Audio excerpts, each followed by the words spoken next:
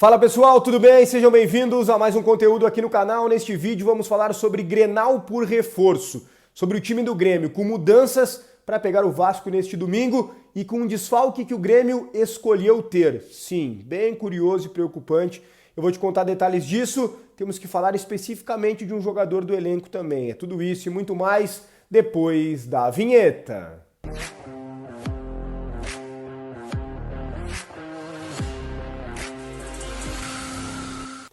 Maravilha, pessoal. Antes de tudo, eu peço que já na arrancada deixem o like no vídeo, se inscreva no canal, falta muito pouco para a meta dos 25 mil inscritos. Também ative as notificações para sempre ser avisado sobre novos conteúdos e deixe tua opinião sobre todos os temas aqui nos comentários. KTO.com, lugar certo para tu se divertir, apostando nas probabilidades, no teu conhecimento de futebol e sempre com responsabilidade, só com aquele dinheirinho que tá sobrando, que não vai te fazer falta. KTO.com, no teu primeiro depósito, tu ganha 20% de free bet utilizando o cupom Soares. É para se divertir nos campeonatos pelo Brasil, pela América do Sul, pela Europa, pelo mundo e também outros esportes. KTO.com, para maiores de 18 anos, brinque com responsabilidade.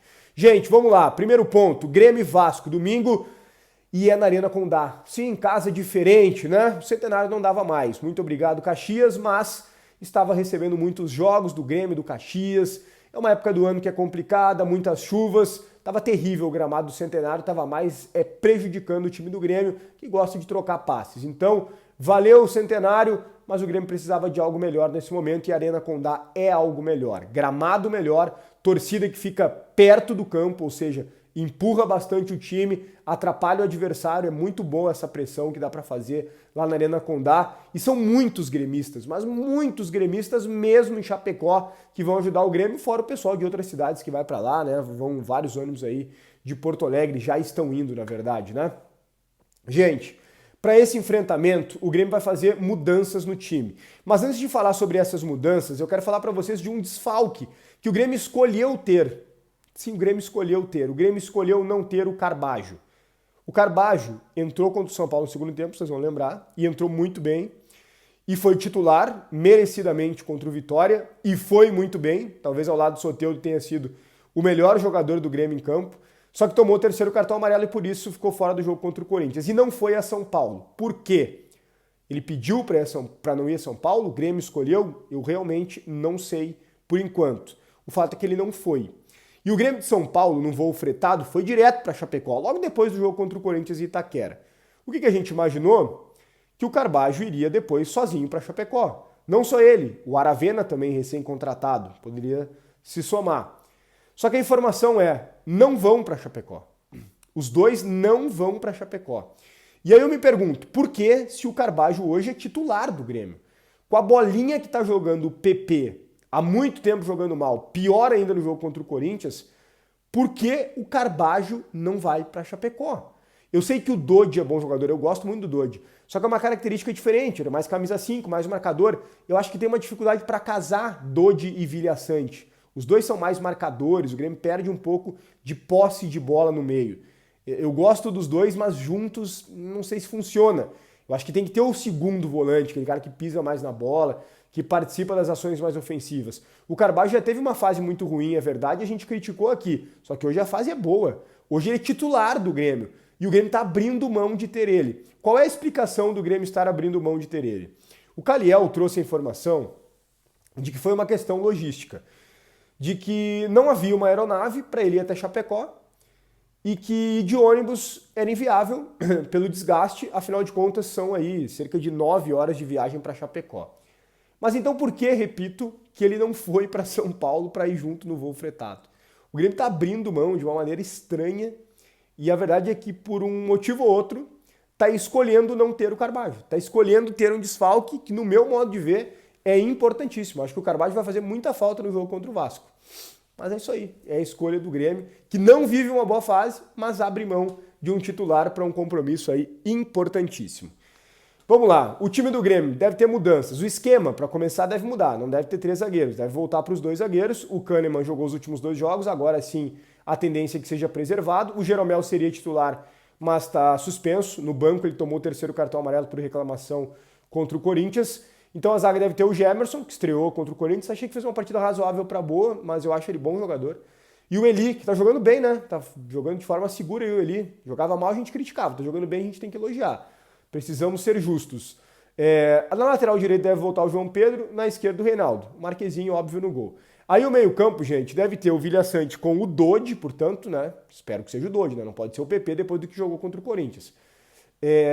O Edenilson, e aí mais à frente o Cristaldo, o Soteldo. E aí fica uma dúvida: joga o Pavon ou joga o Arezzo? Né? O Pavon foi preservado no último jogo, estava desgastado, fez mais de 10 jogos em sequência o Pavon. Qual vocês preferem, o Pavon ou o Arezzo? Eu acho que qualquer um dos dois ali ajuda, eles são diferentes, né, em característica. Mas eu gosto da figura do camisa 9.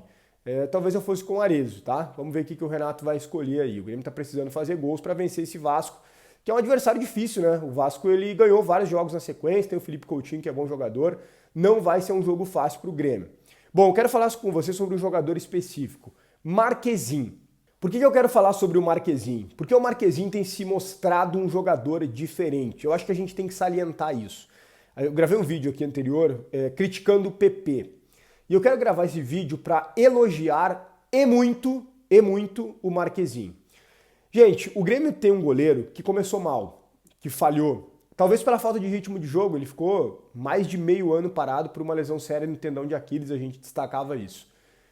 E hoje ele está jogando muito bem, fazendo defesas difíceis, se mostrando um goleiro seguro e um goleiro de personalidade.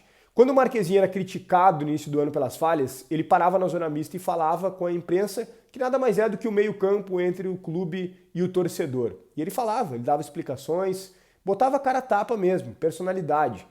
Ele melhorou e continuou falando. Mas o momento do Grêmio era muito complicado. Ele continuou falando.